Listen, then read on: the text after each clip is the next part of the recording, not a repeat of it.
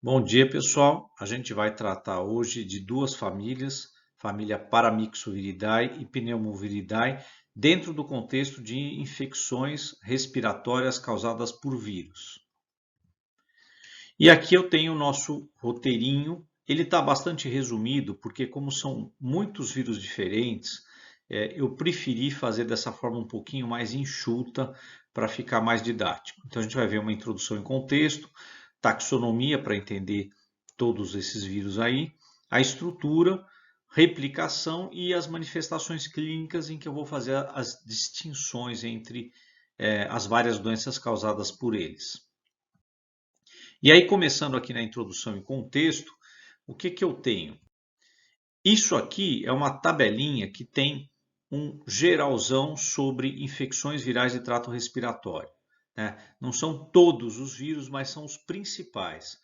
Então, eu tenho as famílias aqui na coluna esquerda e eu tenho as espécies aqui na coluna direita. Então, eu tenho família Paramyxoviridae com os rubulavírus, a Pneumoviridae com os metapneumovírus e os ortopneumovírus, a família Adenoviridae com os mastadenovírus B e C, na Picornaviridae os enterovírus B e C e os rinovírus, na Parvoviridae os bocaparvovírus 1 e 2, e na Orthomyxoviridae os influenzavírus, que são nada mais nada menos que o vírus da gripe.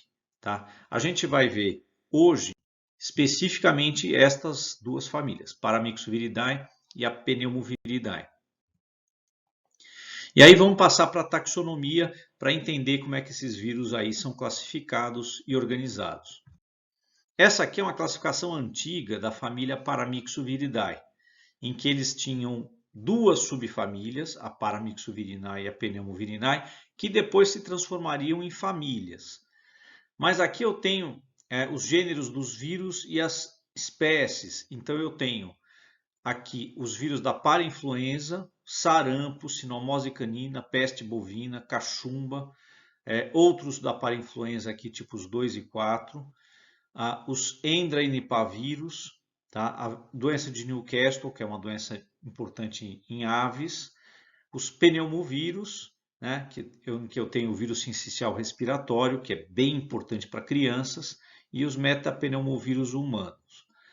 Isso aqui é uma classificação antiga, foram criadas duas novas famílias a partir dessas duas subfamílias aqui, e a coisa ficou da seguinte maneira, né?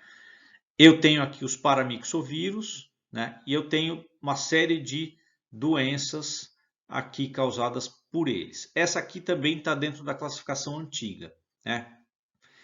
O sarampo e a cachumba, eles não são doenças exclusivamente de trato respiratório, então a gente não vai tratar aqui.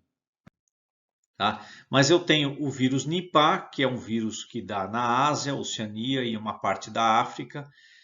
Ele é um vírus que tem uma letalidade extremamente alta, transmitido por morcegos, por suínos e aparentemente de pessoa a pessoa, né? E essa notícia que está aqui saiu nada mais, nada menos do que 11 de setembro de 2021.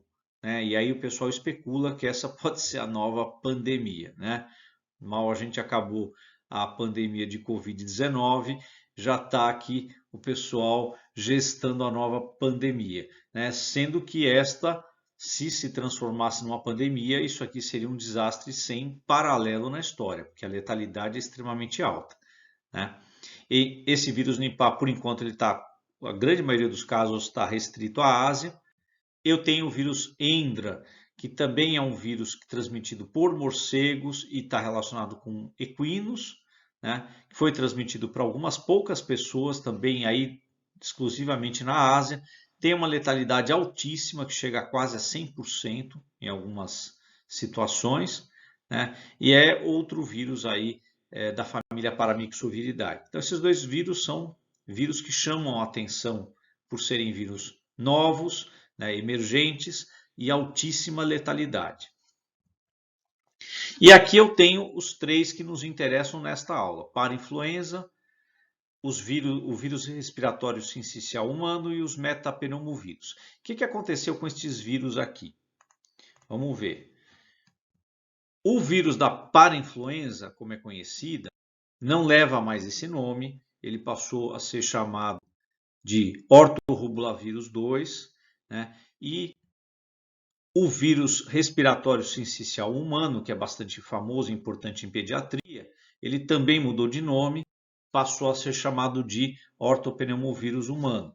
E além dele mudar de nome, ele mudou também de família. Ele passou para a família Pneumoviridae. Então essa família recém-criada passou a albergar o vírus respiratório sincicial humano. E os metapneumovírus mudaram de família e passaram também para essa família Pneumoviridae. Vamos ver como é que isso fica aí naquelas tabelas de classificação do ICTV, que é o nosso site. Aqui, só para mostrar a mudança de nome, eu tenho aqui 2015 e eu tenho aqui 2018, as últimas mudanças aí nessas famílias. E eu tenho o vírus da parainfluenza aqui embaixo, mudando de nome para ortorrubulavírus 2. E aí a gente vai para o site do ICTV, que é aquele site internacional de taxonomia de viroses. Eu tenho aqui o grande reino Riboviria, né, no reino OrthoRNA virae. E nessa família Mononega viralis, eu tenho aqui as duas famílias que nos interessam, né? Paramyxoviridae e Pneumoviridae, tá? Como eu estou mostrando aqui. Quando a gente pega os pneumovírus, né, a família Pneumoviridae, eu tenho os metapneumovírus e os ortopneumovírus. Nos metapneumovírus humano. E nos ortopneumovírus eu tenho o antigo vírus sincicial respiratório humano. Esse aqui é um vírus bem importante que a gente vai ver que ele é meio crucial para crianças pequenas. E aqui na família Paramyxoviridae eu tenho os ortoparamyxovírus, dos quais eu tenho o sarampo, tá, no gênero Morbillivirus. E nesta outra subfamília Rubulavirinae, eu tenho o parainfluenza 2, o parainfluenza 4 e a cachumba. Então, com isso, a gente deu uma visão geral aí sobre a taxonomia desses vírus. Vamos passar para a estrutura. E aqui o que eu vou fazer? Eu vou usar a estrutura padrão que unificava os paramyxovírus e os pneumovírus. Tá? Aqui é uma imagem mostrando o vírus e aqui são as características estruturais que ele tem. Eles são vírus envelopados, o que significa, né, que eles são sensíveis no meio ambiente, esse envelope é facilmente destruído por sabões, detergentes e desinfetantes. Ele tem um genoma fita simples de 15 mil pares de base negativo, o cápside dele é helicoidal, e ele é um vírus razoavelmente grande, 150 a 300 nanômetros. Então é uma coisa muito próxima, por exemplo, dos herpes vírus e também dos pox vírus, que são os maiores vírus conhecidos dentro da área médica. E eles têm uma semelhança estrutural com os vírus da gripe, exceto pelo fato de que o genoma deles é contínuo e não é segmentado. Na parte superficial do envelope, a gente tem uma glicoproteína, né, que é a chamada de HN, que é a hemaglutinina neuroaminidase, que é a glicoproteína com a qual ele faz a adsorção. Tá? Essa glicoproteína ela se liga no ácido siálico, que é aquele carboidrato que a gente tem nas nossas células, e permite que o vírus penetre nessa célula depois de fazer a adsorção. E eu tenho também uma outra glicoproteína, que é a F, né, ou glicoproteína menor, que é uma proteína de fusão. Então, essa aqui serve para grudar e essa aqui serve para fundir o envelope viral com a membrana celular. Tá? Essa proteína é que vai ser responsável por um efeito citopático bastante famoso aí, não só aqui nos paramyxovírus, que é a formação de sincício em cultura celular, que é aquela formação de célula gigante multinucleada decorrente da fusão de muitas células por causa da replicação de um vírus envelopado que tem essa proteína F. Aqui é uma imagem com um cápside rompido, mostrando o genoma do vírus saindo aqui para fora. E a replicação desses vírus eu vou passar de forma bastante sucinta, né? Eu tenho aqui um esqueminha da replicação.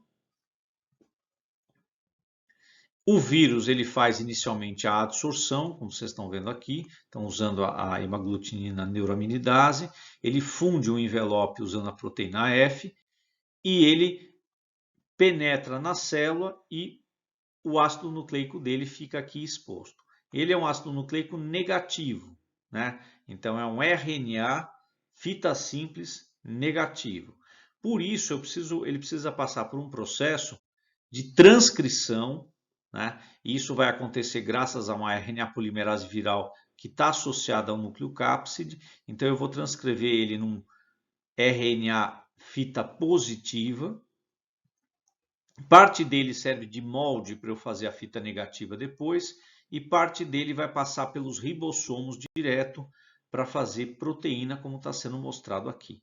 Então, depois desse processo, eu tenho produção de proteínas virais, produção de ácido nucleico viral, montagem desse núcleo cápside viral e, por fim, brotamento desse núcleo cápside pela membrana, como está aqui. Aí o vírus brota e eu tenho o vírus pronto saindo desta célula aqui. E quais são as manifestações clínicas desses vírus? A primeira aqui que eu vou mostrar é dos ortorrubulavírus, que é o que anteriormente a gente chamava de parainfluenza. Tá? O que esses vírus causam? Eles foram descobertos no final dos anos 50 do século 20 e eles causam resfriados brandos. Então, reparem, eu tenho diferentes vírus que causam quadros muito parecidos, né? Esse quadro do resfriado não são só os rinovírus que causam. Os paramyxovírus também podem causar um quadro muito semelhante.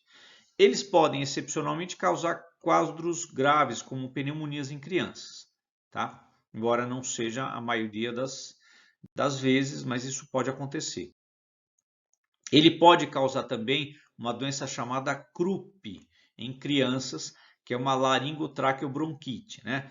E isso aí, o que é? Eu tenho um inchaço da subglote que fecha a passagem de ar e produz uma tosse muito característica, que é uma tosse de foca.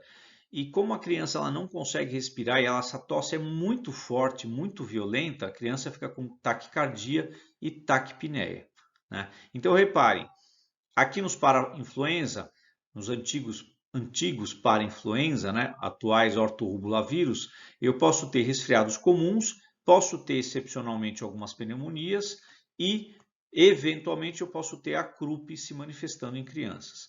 Colocado isso em números, né, eu tenho isso aqui. 3/4 das vezes as crianças vão ter um quadro brando, que se resolve sozinho, autolimitante. 1/4 das vezes, algumas crianças vão desenvolver um quadro de pneumonia, um quadro bem mais importante. E alguns raros casos eu vou ter a CRUP.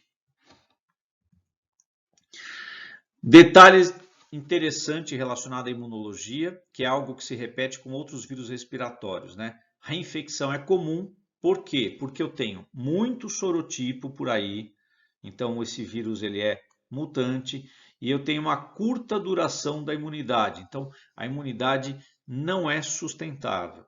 Ela, depois de alguns meses, ela declina e eu caio num nível de ausência de proteção.